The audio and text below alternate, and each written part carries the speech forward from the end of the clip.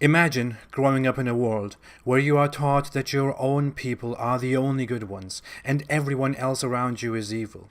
I grew up in such a world, in such a family, and I believed very firmly in it. Don't get me wrong, it was not all about hate and intolerance.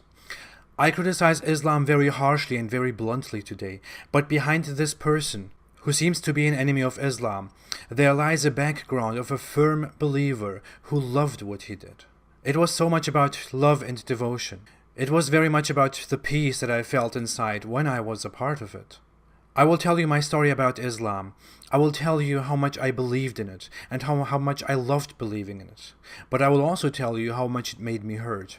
I will tell you about the things that made me doubt every now and then and how I dismissed those doubts. And I will tell you about how my faith, the only thing that meant anything to me at that time, fell apart entirely at the end, leaving me in desperation, disbelief, and anger.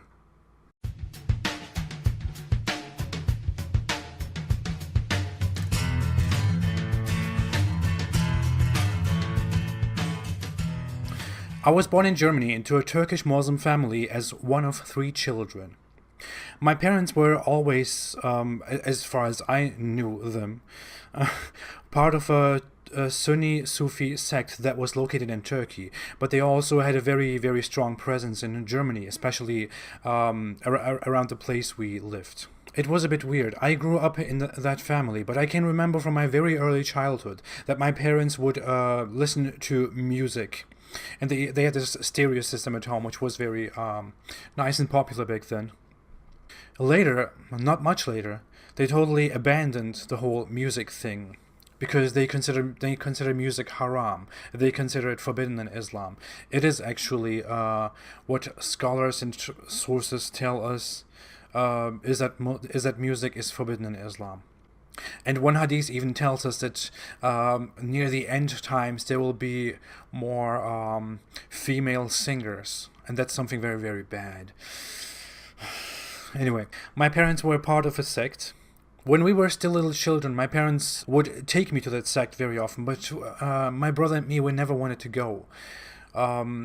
We still didn't want to go until, I don't know, until I became religious, and I will come to that later. I grew up in Germany, and I went to an upper grade of schools in Germany, one where the presence of immigrants is much less than in the first regular grade where everyone is. My relations were mostly with German people, with German friends, with German teachers, but the impact of my Turkish Muslim background had impacts on me. For example, even if I considered those people to be my friends, and even if I respected my teachers at school, I would always have this thing on my mind that they are Germans and Christians and infidels. There is a word called gavur in Turkish, which comes from Persian and is derived from the word for infidels, which is kafir in Arabic. So it is basically a slur for people who don't believe in Islam or who don't believe in God. And I can remember my father using that word very often. I can remember probably every Muslim family that I have ever seen use that word, especially in the West, when they refer to the normal people outside, to the Christians and irreligious people and so on. So while I was friends with those people, and while those people were my respected teachers, I always had in the back of my mind this thing that they were Germans and infidels, you know? So the respect that I had for them was never the same as the respect that I had for Muslim people. So even though I was a good kid, I still had my Turkish Muslim background. I had problems such as the Turkish view on children, the Islamic view on children. You know, when you are in the West, it is pretty normal that your parents take care of you very much outside of the house and inside. That they provide you with the money that you need, that you can eat anything outside, that you can buy everything. I didn't have those things. German schools mostly have bakeries with very, very nice smelling things. But that was always forbidden for me. So I had pretty much never money on me. And having no money on me led me also to do things like a robbery. I was involved in a robbery. It's a shame. I'm over it. I don't do such things anymore, gladly. Another disadvantage of growing up in a religious family, especially in a Muslim religious family, is that I had no idea about sexual education.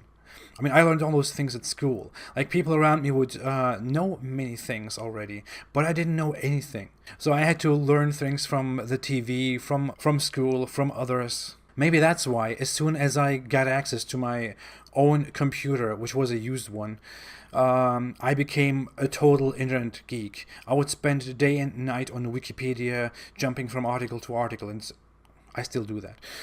I wasn't abiding by all the rules. I mean, in Germany, I also started to drink alcohol at a very early age. That was like 13 or something like that. My parents found out about it. It was horrible. Well, I endured some things. Like, when I was out for too long, sometimes my mother would beat me, and that is considered very normal in Muslim culture, that children can be beaten. I mean, that's based on Islam, and it's also pretty normal that older people who take care of younger people hit them every now and then. But I will come to that point later. Then came the news. My parents, obsessed with their sect, told us that we are moving to Turkey permanently. I didn't want it, but I had no choice. I had no say in this. Eventually, we moved to Turkey, where my parents told us that we would be much better. We would live in a much better place, because Turkey is a predominantly Muslim country, which is better for us Muslims to live in, instead of living in Germany, where we Muslims are not supposed to live. That's actually an Islamic way of thinking. In Islam, Germany and European countries, non-Muslim countries, are considered a Darul Harb, which means a land of war, a land where Islam doesn't rule, a land where Islam is not dominant. And you're not supposed to live in those countries except if you really have to, for financial reasons, for work, or for education, or for jihad in the sense of proselytizing. So in Germany, my view on people was very much influenced by my parents and their views, by Islamic views. I mean, the word that I associated with Christians the most was pigs, and that was not a coincidence, because that was what I was taught. I was taught that Christians are bad, that they are not our friends, and everyone is jealous of Turks and of Turkey, and they are only nice to us because they are afraid that the Ottoman Empire might rise again. But Christians were at least considered better than Jews. No, I'm not supposed to say that. I learned that it's better to say that Jews are worse than Christians, because I shouldn't in any way say that Christians are better than something. That's wrong. Well, my view on Jews, I can say very clearly that the anti-Semitism in the Islamic world, in the Muslim world, is not based on what Israel does and the Israel-Palestine conflict right now. I mean, that might have triggered something, but the anti-Semitism is a total natural thing in Islam. That's mainstream Muslim culture. Muslims hate Jews for no reason. The majority of Muslims never met a Jew, but they hate the Jew because that's what they are taught. They are taught to hate Jews because they killed the prophets. They are told to hate Jews because the Quran condemns Jews. They are told to hate Jews because Jews are traitors. And lastly, the Israel problem. If you grow up in a Muslim family, you are taught that behind every bad thing there might be a Jew. Jews rule the world, Jews make all the problems, Jews cause all the wars, and so on. That's not just our family. You can see that anywhere.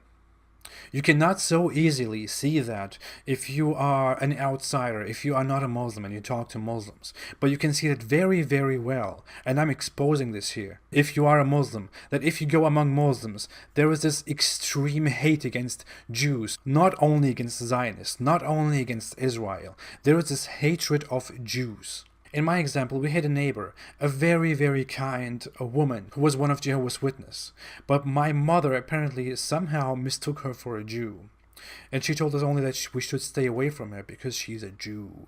When 9/11 happened, I was almost 11 years old. My mom called me to the living room, and we basically saw the second plane live on TV. I remember I felt fear and sadness watching that happen, but my emotions were challenged very quickly because in the next moment my mother told me that they blame it on Muslims, but it was not Muslims, that it was the Jews and the Americans together in a conspiracy. The next day I went out, I saw other Muslims who talked about the same thing, who talked about how it was actually Jews and how America made it. I mean, You might think that all those people, especially among Muslims, who spread conspiracy theories about 9/11, might have researched something and that's why they believe in such crap. Well, they didn't. They just started talking about those things as soon as it happened. The majority of Muslims that I knew, younger or older, they were either happy about 9/11, they ignored it because they said things like, well, Muslims are killed every day. What is with a few people killed in those Twin Towers? Or they said it was most probably Jews. Or they said it was staged by the US government. Or also that it was done by people who were trained by the CIA and by Mossad to make Islam look bad. Those things started on day one. Then with Germany, we moved to Turkey. Well, in Turkey, my parents told me that everything will be much better. It's funny, in Germany, I wasn't allowed to stay out after 9 or 10. I would still do. But in Turkey, I was allowed. Well, in Turkey, we moved to the capital city, Ankara. And it was filthy. It was disgusting. No respect for women. No respect for anyone. People don't have respect for each other.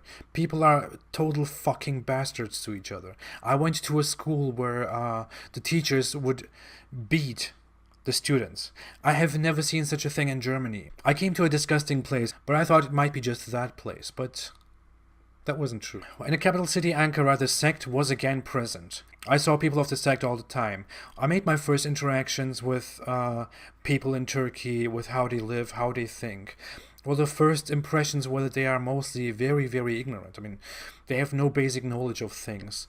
I mean, comparing one regular person in Germany to one regular person in Turkey, it was like German, Turkish, in terms of basic worldly knowledge. I made my first interactions with Turkish girls, and Turkish girls are very weird, but for a very long time, I thought it's just the Turkish girls who are very weird, who love every kind of attention, who totally throw themselves in the arms of predators. It's not their fault, It's how they are treated in society.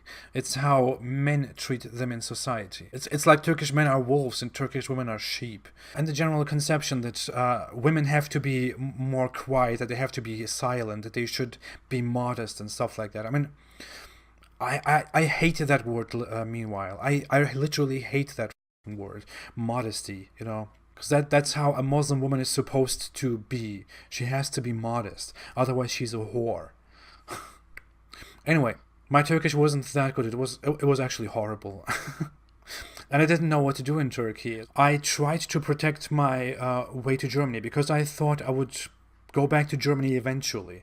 But in order to have such a possibility in the future, I had to go to Germany and come back every once in 6 months. I discussed about that very often, but my parents deliberately made that possibility go away entirely by making it impossible for me to go to Germany within the first 6 months. So everything was lost, and I became rebellious. I started to study more and more things, and my rebellion, my anger with everything, made me align with communism in Turkey. I became part of a revolutionary communist group, and I started to move further and further away from Islam.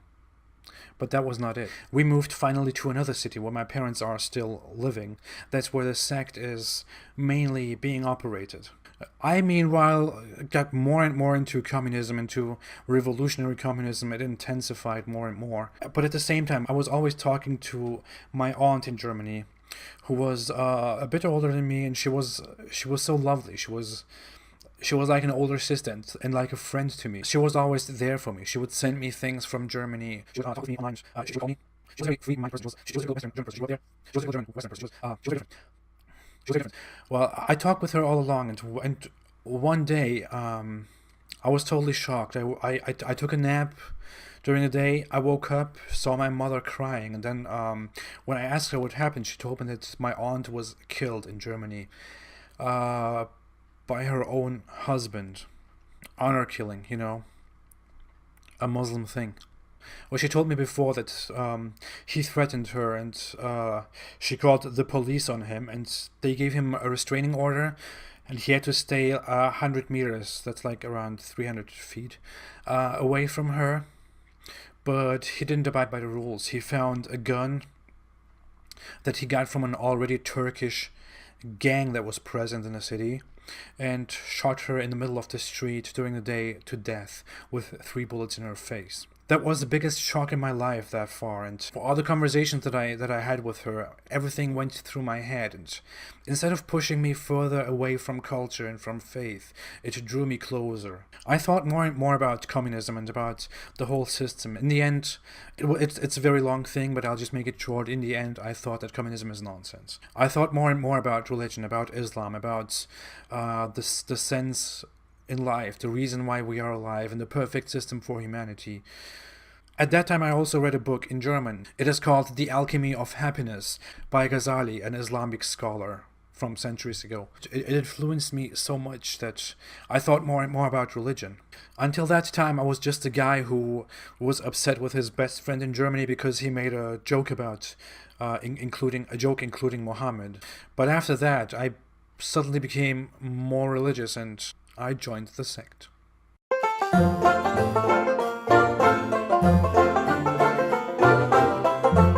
So I joined the sect. I would live a very pious, very devoted Muslim life. I would spend every time thinking about Islam, thinking about God, praying to God, crying at night. Thank you so much for accepting me into your religion. Please never let me go. Please never let me die without faith. I even had this stupid prayer. Please never make me have doubt. Please never allow me to leave the faith. And I would go as far as to say, please take my life while I have faith. Please don't leave me. I was so I don't know. I would regularly go to the mosque. I would pray all the time. I would wake up at night and don't go to bed before I pray. And I was involved in a lot of Sufi practices, like reciting Allah's name constantly and stuff like that. Total bullshit. I'll come to that in a separate video. Anyway, so I was just going on my path in the sect, and I was practicing Islam very, very much, and it felt beautiful. I mean, this feeling to be connected to God, this feeling to just want to be accepted, to just live for the one who creates you, to know who created you, and to just devote your life to him. It was beautiful. It felt very peaceful and it felt very strong inside. It felt amazing inside from time to time. I mean, there were times that I was totally overwhelmed with this love and devotion that I had for Allah and for the religion, for Islam, and for his prophet. I wanted to dream of him. I wanted to go to paradise and see him. As said, I was overwhelmed by joy and by love and happiness for that. But it also had its dark sides. Along with that, there was also a lot of anger about the disobedience in the world, about the disobedience to the creator of everything. I mean, I just couldn't grasp the idea that people reject their creator, their Lord, and go different ways and do different things and even insult him. That would make me crazy. I was just as intolerant as any other Muslim that you see outside. No, I was much more concerned about such things, but I would avoid getting into like harsh debates and making harsh insults, because mostly I wouldn't use any like curse words and stuff like that. I was constantly in consultation with older people from the sect, older religious people. I would talk to them, I would share my thoughts about things, I would ask them questions about the faith, and I would constantly, what I always do, read about the faith and read about the sect. The leader of the sect was a guy who was considered to be a holy person. He was very holy. He was this seemingly old, devoted, holy man who was almost like the prophets, because he was very holy and very pure and very clean, and he knew all the answers.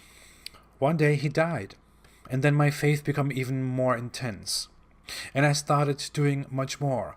And around that time I started to read the Quran. When I read the Quran, I felt very peaceful reading it. It was like I was again overcome with joy and everything, the whole story, but I was trying to read it and to understand it, but there were things that didn't make much sense at first. I can't even find what first made me like stop a bit. It was something about fruits. I don't know. It was at the beginnings of the Quran. I can't find it now right now. But that was nothing. I don't know, the first thing that really made me stop and think, wait, is this okay? Was chapter number 4, which is called Women. And in that chapter, in verse 34, it tells Muslim men that they are superior over women, that they can warn them if the women are behaving arrogantly, they can separate from them, and finally beat them. I made a video about that. You can watch it somewhere here right now or at the end of this video, but that was the first kind of shock, and I was still thinking about that when I was done with the whole chapter. The other thing was that the Quran says that at some point that Christians, Jews, and Sabians, which is an old religious group in Arabia, will be rewarded by their Lord, and that there shall be no fear for them. Which is weird, because I learned all my life that Jews and Christians are wrong, and that they are infidels, that they follow a false religion. It is also weird that if you read further into the Quran, you see that the Quran suddenly changes its position on Christians and Jews and condemns them. For example, in chapter 9, verse 30, it explicitly condemns Jews and Christians. But I made excuses for that, and I didn't go further into it, but it made me doubt. Another thing that I noticed during my first reading of the Quran was that there is a confusion about the information on whether Satan is an angel or a jinn, because the Quran contradicts itself with the information on whether Satan is an angel or a jinn. But I thought, okay, it's just the language and stuff like that, so I went over it again. I came to another point, which was about the sun sinking in a muddy spring, but I researched it and I put that aside too. I just dismissed that information.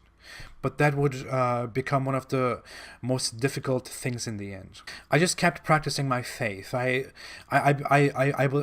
believed in the religion more and more. I would even do things like voluntary fastings and stuff like that when no one tells me to fast. Actually, I would fast Ramadan through, and I would also do it on other days because I thought because it felt peaceful and nice to do that. I thought I'm doing it for God. Well, at some point at school, I found out that there is an atheist at school, an atheist who also happens to be a socialist. Well, that guy came to me and he asked me a question that I couldn't answer. He asked me about Quran chapter 33, verse 53. In that Quran verse, the Quran says that people who visit Muhammad shouldn't, if they are done with whatever they are doing, not stay too long in Muhammad's house anymore, and just leave immediately. And he asked me the question. He said, seriously, just answer me this question. Why the is that in the Quran? And I had no answer. I didn't know what to say, because the Quran is considered the complete and perfect word of God for all humankind. But that book suddenly comes up with this little verse which says, hey, guys, if you are in Muhammad's house, please don't stay too long. Just go out, and he might be too shy to ask you to leave, but just leave. Fuck off. Well, I didn't know what to say, so I decided to read the Quran again, and I came across all the things again: beating women, the Satan thing again. Then the verse with Muhammad. Well, I thought it probably has a moral message that serves also as a message to all the believers. So I just went along with it. I left it alone. I don't know. But I had many more doubts in my head. But then I started to dismiss a lot of things that I had in my mind. And I asked some questions. I went to some older people and asked questions about what to do when you have doubts about specific things. And I talked to someone who was very close to me, and I asked him how he handles things when he has doubts. Well, he told me he had doubts about specific things too, but he just overcomes these things by thinking it through, by thinking about the reason, and by asking Allah for understanding and forgiveness. Which is understandable, because if you just think it through and if you don't want to believe that there is something wrong about it, then you find a stupid reason for it. Anyway, I came back to my faith. And I would do these things like we would go to different cities to spread the religion, to spread the information of the sect even more, to invite people to become more pious, more religious, because I saw that as my mission. The sect saw that as some mission, and that's actually your mission as a Muslim believer. If you are a Muslim, then you are supposed to tell people about Islam, and you are supposed to tell people about the right things, about what's right and wrong, and how to practice the religion as far as you know it. You should tell people, you should give people advices if you see that there are wrong things going on. That's a basic compulsion in Islam. But something was wrong with the sect. I mean, when I went online a few times, I read things about the sect, like that the dead leader of the sect was accused of things like sexual abuse, but those things were never proven and were dismissed in the end, but multiple times.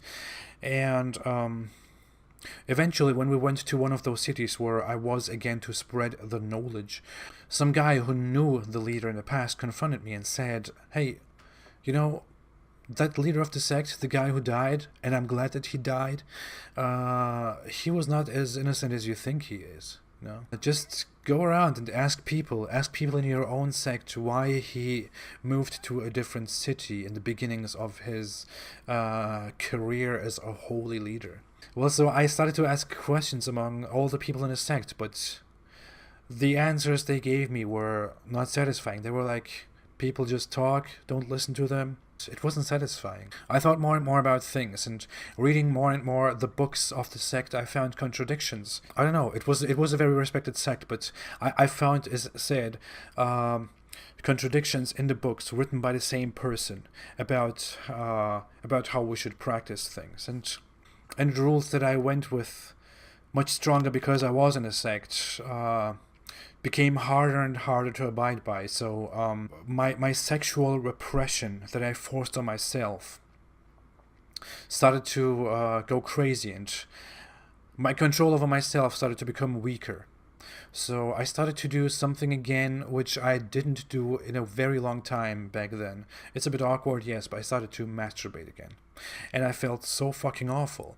I wanted to cut my penis off, literally. Because I felt sick and I felt sad, and I asked God for forgiveness. I asked Allah to give me strength again to overcome my sexual desire. I didn't realize back then that the sexual desire is just what's naturally in me, that I can't overcome that. Well, I realized it much later. I went to the military. Military service in Turkey is compulsory. Everyone has to do it at the age of 20. So when I was 20 years old, I went to the military and I served for 1.5 years. It was disgusting because I am just not the person who can give or receive commands. I don't like it. I don't like interfering in other people's lives, and I don't like people telling me what to do. It makes me crazy inside, and I hated it, and I was rebellious. At the same time, during my military service, I was also praying constantly and trying to stay on the path and stuff like that. But during my military service, I became more and more courageous, and something moved me to question things. And I thought, hey, I have a mind. God created me. I believe in God. I believe in him firmly, and I believe in his word, and his word in the Quran asks me to use my mind multiple times. So in the end, I decided to leave the sect, which was considered like heresy from the point of view of the sect. That's how sects generally view things. When I was done with my military service, I moved on my own to the city Istanbul, the most popular city in Turkey, and I started to live there on my own. I went to university, but I couldn't do it because I didn't want to live with my parents anymore. I had to take care of myself, and in Turkey it's a bit harder to go to university while you are on your own. So financial reasons and everything, I had to abandon it, and I had to focus on career. I had to focus on working and earning money. So I became very successful in my career suddenly. At the same time, for 1 year after leaving the sect, I still thought very often about Islam and about the whole religion. And after I left the sect, I was much more courageous, and I was much more it pushed me to question things more and more. And I stopped practicing things. In Istanbul, everything was much more different. People were not like Europeans, but it was more like Europe than it was like Muslim culture. Things became more difficult because I remembered my childhood. I remembered Germany. During my time there, I decided to read the Quran again because I had so many things in my mind, and I tried to ask questions, I tried to Google those things, I tried to ask scholars, but some things just didn't make sense, and the answers were not satisfying. I thought about all those things, and while I read the Quran, I came across the wife beating thing again. It was wrong because I grew up in a country where women and men are equal. In Germany, I thought more and more about things, about the contradictions in the Quran. I thought about the fact that the Quran tells a story of where a guy goes to the west and finds the sun sinking in a muddy spring. And I asked questions about it. I tried to find the answer to it, and the answers were just not satisfying. It was totally absurd. That question was one of the harshest ones. It disturbed me so much. I saw contradictions between the Bible and between the old scriptures, the New Testament and the Old Testament, and the Quran. The Muslim perspective was always that the New Testament and the Old Testament, which they just call Bible and Torah, were changed, but that didn't make sense. And there were just some contradictions that didn't make sense because even if Jews and Christians changed their scriptures over time, why would they change very simple information that has nothing, that would in no way make Christianity or Judaism superior to others? And I read things like that Allah holds the sky, otherwise the sky would fall down. And the Quran says many times that the end times are very near as it was never before. Well, it's been 1,400 years. The Quran condemns believers of other religions. The Quran condemns Christians and Jews just because they were born Christians and Jews, just because they didn't have the same chance to believe in Islam, to believe in Allah. I was thinking about that. I see a lot of Muslims around who are disgusting people, awful people, but those people will go to heaven because they believe in Islam. But there are wonderful people living in Germany, for example, who were born into a Christian family, who just didn't have the same chance, and they will go to hell because they didn't believe in God.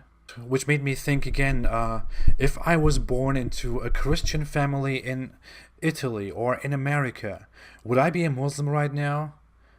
Probably not. I thought about how the West treats minorities, how the West treats Muslims, how the West treated me, how Germany treated us, compared to how Muslims treat others, how the Islamic world, how Turkey treats others, what we think of others.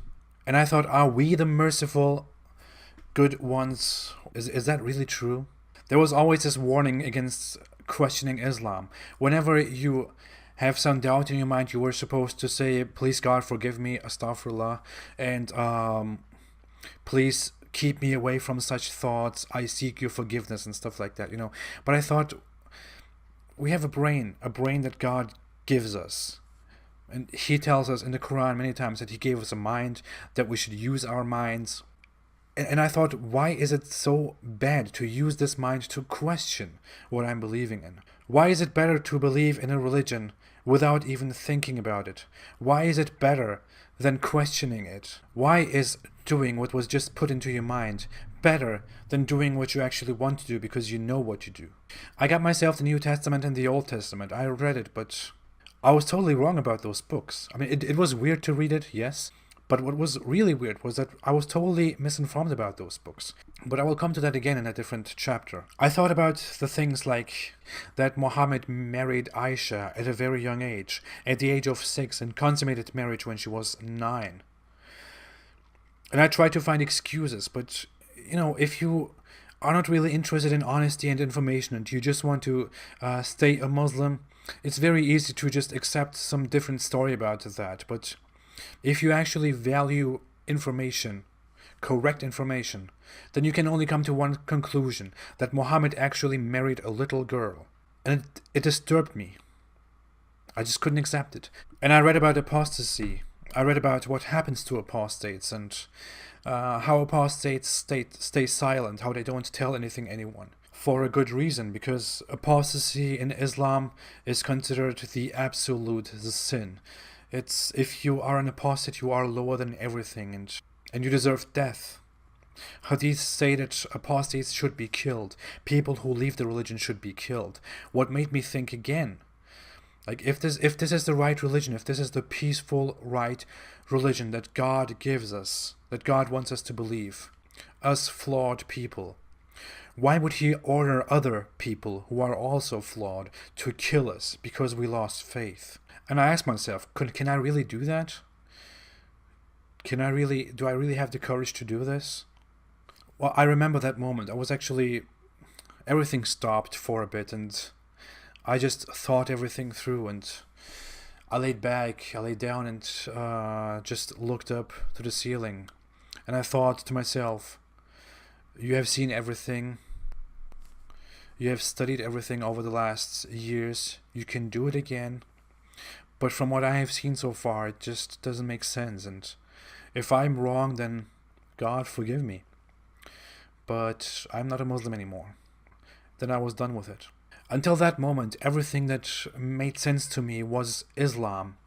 Allah was with me all the time, and Allah was the reason why we are alive. Suddenly that was gone. I thought about it day and night. I was suddenly desperate, and I felt lonely. I felt useless. I felt like I have no purpose anymore. But I studied it day and night, and I found more and more reason why Islam is wrong. One day I came home from work, and I saw this show on TV where they were discussing about near-death experiences and about supernatural explanations and stuff like that. It had nothing to do with what I believed in, but it triggered something. I was so desperate, so devastated, and after watching that show, I felt even more depressed. I felt awful, and I felt like there is no purpose anymore. So I went to my room and moved to my window, and I lived in like the 6th floor. I was about to commit suicide. I almost did it, but something held me back and I didn't do it. I thought, okay, here is the deal. Do something in life. Care about yourself from now on. Care about people from now on. Care about the world. Care about all the problems that we have. Focus more on yourself and on everything that is actually real and everything that you can see. And I started to follow atheist pages and stuff like that on Instagram and on social media. And I had an exchange of messages with one of those pages that I used to follow. We started to know each other more and more, and we started being more and more interested in each other. But she lived in America and I was in Turkey, so she came to visit me. And she also inspired me to create the whole apostate prophet thing on Instagram. It was then when I realized I am not safe in Turkey, because in Turkey it is a crime to criticize Islam, it is a crime to criticize the government, it is a crime to criticize Turkey and to criticize Muslims. It's a crime. I could have been locked up all the time. I didn't feel safe anymore, and I wanted to go to a different country anyway. I made all my plans, but then, thanks to her, we made a new decision and we changed everything, and I moved to the United States of America, and now I'm here. And now she's my wife. Now that I'm here, I feel fearless.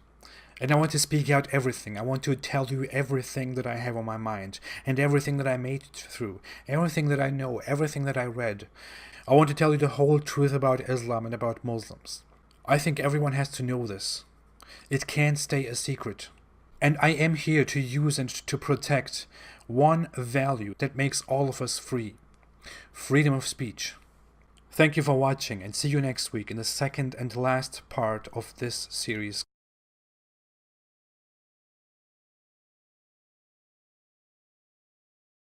Thank you, and see you next week.